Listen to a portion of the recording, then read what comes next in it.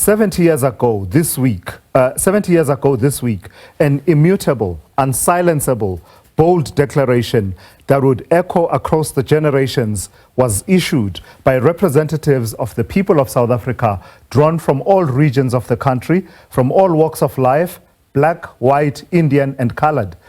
It was premised on a simple but powerful preamble that in many ways captured the future then envisaged by the nearly 3,000 activists gathered in Kliptown on the 25th and 26th of June 1955. We, the people of South Africa, declare for all our country and the world to know that South Africa belongs to all who live in it, black and white, and that no government can justly claim authority unless it is based on the will of all the people. The Freedom Charter turned 70 years old this week with broad acknowledgement that it has served as a solid foundation for the country's democracy and constitutional rights culture, and that although not fully implemented, it has for the most part played a role in guiding government's approach in its service delivery programs. So let's reflect on the moment now, and joined now by struggle veteran and peace activist Ela Gandhi, as well as Ahmed Kathrada Foundation board member Rashid Seedat. Good afternoon to the both of you, and thank you for your time.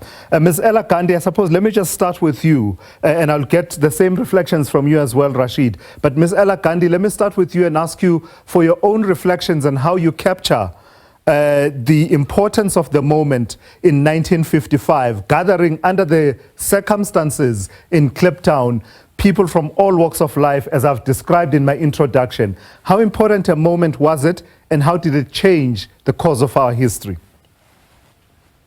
I think the Freedom Charter was the key moment for South Africa, in that, it was what the people of South Africa said to the nation, that this is what we want to see in our country. And the fact that, nothing less than one person, one vote was the important lesson that we got from the Freedom Charter, from the preamble that you just read. But for me, the most important thing is that every single clause was a positive description of what people wanted. Wasn't about what we were upset about. There were lots of things in 1955 that the people did not like, that the people were upset about, yet nobody spoke about the ills and what was happening. Yeah. But instead spoke about a positive image. And I think that is an important aspect of our culture and of what our, forefathers wanted to see. And today, I think we as well need to look at the national dialogue as an avenue to give positive direction, positive elements of what we really want to see, rather than crying over what is happening. All right. Rashid, let me also bring you into the conversation and ask you exactly the same question. It is quite easy and tempting to go straight into the analysis that talks about the extent to which the ideals of the Freedom Charter have been realized or not, the fidelity we've had to the Freedom Charter, without pausing for a moment to just reflect on the significance of the moment itself in 1955. So before we get into, what's going on today and our reflections of today, let me ask you to do exactly the same. Just your own reflections on the moment in 1955 in Kliptown. Good afternoon to Lasizwe and your viewers, and hello, Auntie Ela. Just to say, I can reflect on our founder, Ahmed Kathrada, who was after we know that Professor Z.K. Matthews made the call several years before 1955, and then Chief Lutuli basically called for 10,000 freedom volunteers. Our founder, Ahmed Kathrada, was actually one of those freedom volunteers, and they basically went through, as we know, through the length and breadth of the country, asking for demands about a new South Africa. as we understand it today. And it was an incredibly inclusive and participatory process. I think it needs to be said. And of course, I wasn't born then, but I've read many accounts about how they went to every factory, every home in the length and breadth of the country to basically get that sense of what people wanted.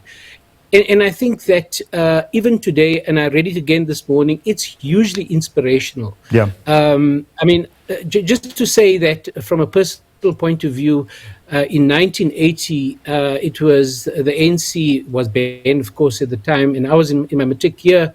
We had a 10-week school boycott in colored and Indian schools throughout the country against apartheid education. And it was the ANC declared it the year of the Charter. And from that point onwards, I mean, for me, it was a great inspiration, and I think it has been that for sort of successive generations of people up until today. Yeah. Ela Gandhi, so let me come back to you then. Just in terms of how it played itself out, the sense I'm getting is that it was organic in many ways, in that, as Rashid has just described, preceded by the campaign to collate and collect the views of South Africans so that the number that gathered in Kliptown could be considered to be representative of South Africans from all walks of life. How important an element was that, the organic nature, representative nature, as well as what lessons are drawn from that in terms of active and engaged citizenry? I think, like Rashid has said, the important thing was the participatory nature of the way the Freedom Charter was drawn up. The fact that they had so many volunteers who went out to rural areas, remote villages, and spoke to every individual in order to bring the ideas, the feelings of the people on the ground. So inclusivity is an important aspect of what the Freedom Charter was. And as you said, all the people who came to the Congress of the People in 1955, indicated that inclusivity of all sections of South African society. I think that is a big element in the importance of this Freedom Charter. Yeah. Rashid, like other documents like it, the Freedom Charter is not self-executing, and neither is our Constitution or any of these grand documents that are founding in nature. So let's get straight then to your reflections and critique of how much we've been able to pledge fidelity to the ideals of the Freedom Charter. We talk about it as the foundation for our rights-based culture and our democracy, but how much fidelity have we been able to pledge to it in seeing through its commitments? So obviously we have to look at what happened from 1994, and in particular, after the adoption of the 1996 Constitution. Let me start by saying that we have a lot to be proud of in this country. I think it's very important to make that point. If you look at several clauses of the of the Freedom Charter, like all national groups shall have equal rights, all shall be equal before the law, all shall enjoy human rights, and so on.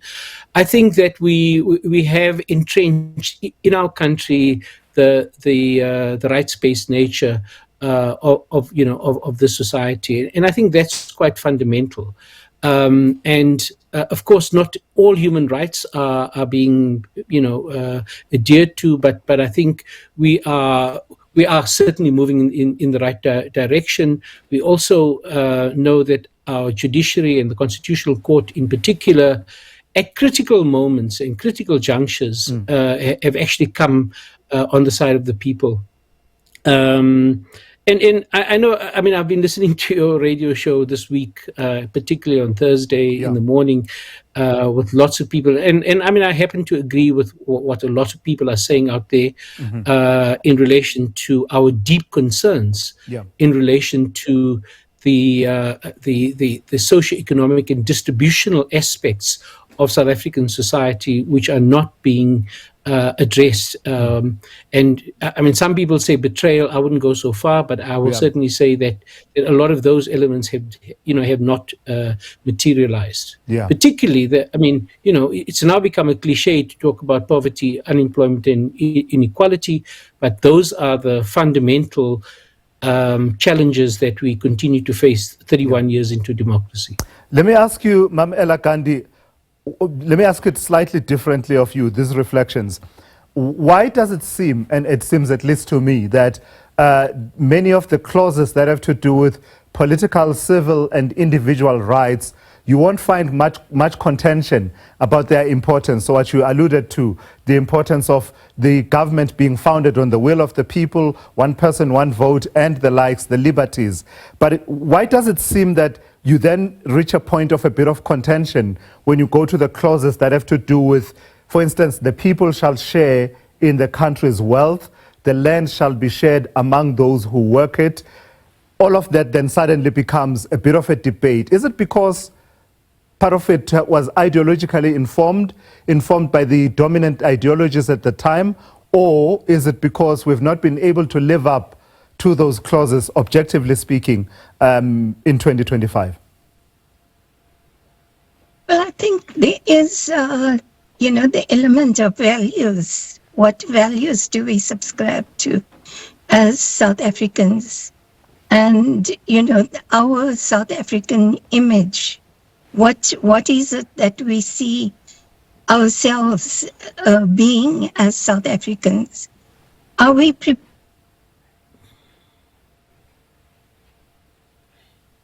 Right, we seem to have lost the line there to Ela Gandhi. We'll see if we can come back to her, if we can reconnect.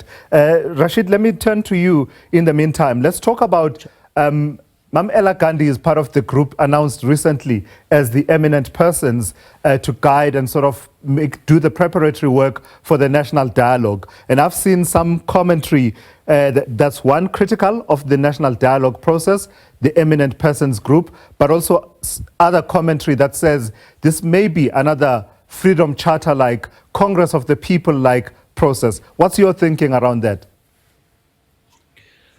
Well, just to say that the Ahmed Kathrada Foundation worked right from the beginning after the call was made by the former President Thabo Mbeki as part of the foundations, and has been keen on this idea right from the beginning. As you know, there was several processes that went on over the last year or two. I would say that we must give it a chance, and I think the moment for reset is there.